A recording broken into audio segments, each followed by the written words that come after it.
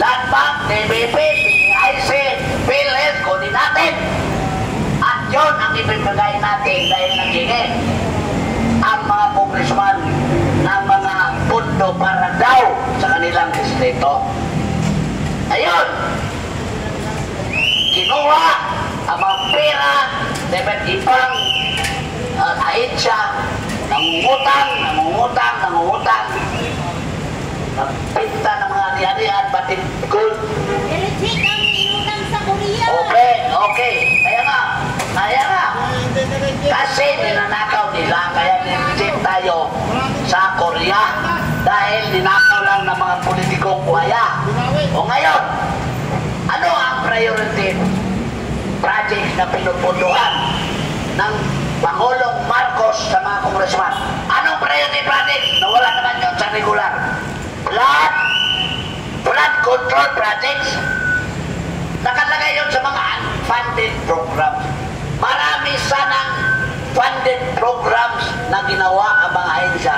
Pero hindi binigyan priority, nilagay sa unfunded programs dahil nandun ang mga request ng mga buhayang congressman at senador upang hindi nga wala kang plano doon sa mga proyekto na yan.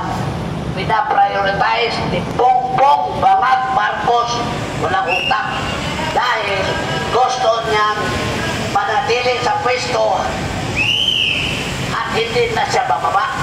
O ano ang mga pinupunduhan ng unfunded program? Flood control. Ngayon, ninakaw lang ng mga congressman sa pamamagitan ng DPWH. Yung DPWH kasi sa Bisaya pa, dili pwede walay hatag. Dagan project, walay human. Yon ang meaning sa amin sa DPWH. So ngayon, binigay doon, ginawa ang mga kontraktor, pumunta sa mga congressman. Sabi ng congressman, ikaw, pero kailangan 40 to 50% ang tumpas, komisyon. Sabi ng mga congressman, i-royalty na lang namin yung lisensya mo. Kami na ang mga kontrata, mga congressman. Igos project na lang namin yan. Marunong marama din itong mga kontraktor. Kaya maraming kontraktor na maganda ang bahay, tulad nilang Diskaya, atay din, sino kayo? Kasi paborito nila yung ginawa ng congressman sa kanila. Di ba? Ngayon, nung ninakaw na lang pira, sinabi ni Bongbong, tapos na daw yung 5,500 flood control. Nagalit ang Panginoon. Kakarating. Bumagyo. Parating pa na iba. Naglutan ang mga tao. Mas marami. Mga property. Pero nag-umpisa na. Umiyak ang mga tao na ng bahay. Maraming namamatay. Kasi instead na may flood control, wala palang flood control. Kung meron, walang kabilya, nasisira, goodbye. Ang bilyones na pera dahil binubulsa ng ating presidente at mga buhaya niyang kanyang pinabahugan ng mga congressman at senador. Ngayon, nagalit ang Panginoon, bumagyo, lumulutang mga tao, pati mga buhaya nakitaan. Sabi ng Panginoon, taong bayan sa Pilipinas, yan yung mga magnanakaw sa bayan nyo. So, kailangan pa ba natin mag-imbestiga? Yung mga congressman, sila ang magnanakaw, sila mga buhaya, mga senador sa Panguluhan ni Bongbong Marcos. Pero ang totoo, ang magnanakaw dyan, si Bongbong Marcos, pamilya niya, mga relatives niya, mga kaibigan niya, mga kaalyado sa politika.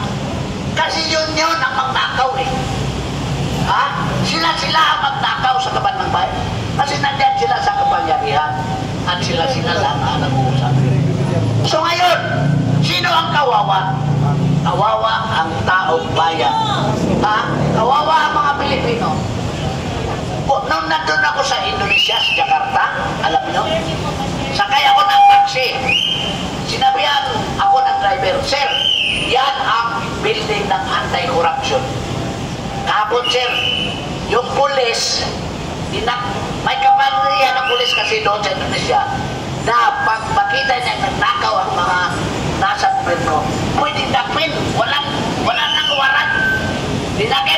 senador, sir, at tinulong dyan sa Department of Anti-Corruption.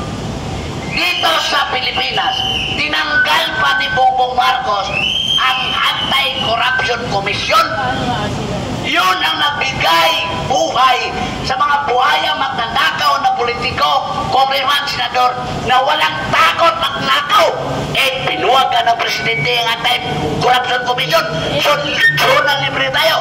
Suna libre na magnakaw sa kaban ng bayan ng mga politiko. So ngayon, lumalabas na ang kanilang baho. So anong gawin natin? Hindi naman nila makukulong dahil sila ang nasa gobyerno. Sino? Gayahin ba natin ang nangyari sa First Lady ng Nepal?